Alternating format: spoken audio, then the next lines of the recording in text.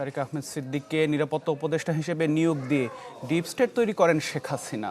প্রতিবেশী ভারত ও দেশের কয়েকটি গোয়েন্দা সংস্থার সমন্বয়ে চলছিল সেই ডিপ স্টেটের কার্যক্রম, আর তা মাঠ পর্যায়ে বাস্তবায়ন করতেন জিয়াউল আহসান।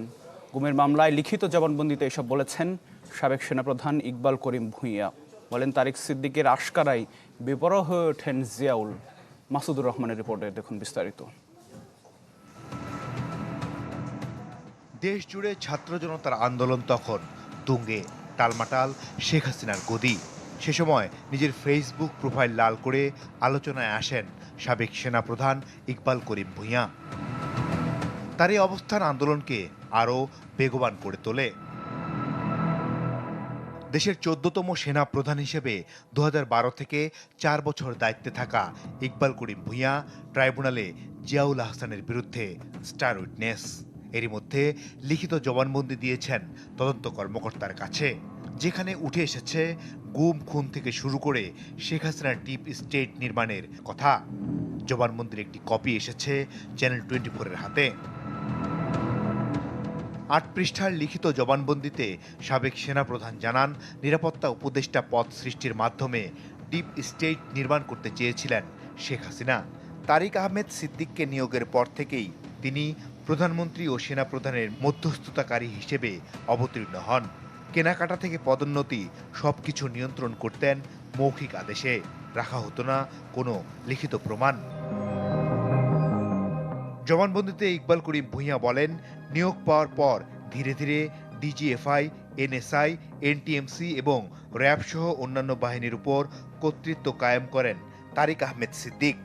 তার নির্দেশেই এসব সংস্থা গুম, খুন ও বিচার বহির্ভূত হত্যায় জড়িয়ে পড়ে। শুধু তাই নয়, তার ছত্রছায়ায় প্রতিদিন ঢাকার গোয়েন্দা সংস্থাগুলোতে যাতায়াত ছিল ভারতীয় গোয়েন্দা সংস্থার। সাবেক সেনাপ্রধান ইকবাল করিম ভূঁইয়ার জবানবন্দিতে উঠে এসেছে র্যাবের বিরুদ্ধে অপহরণ ও হত্যার তথ্য।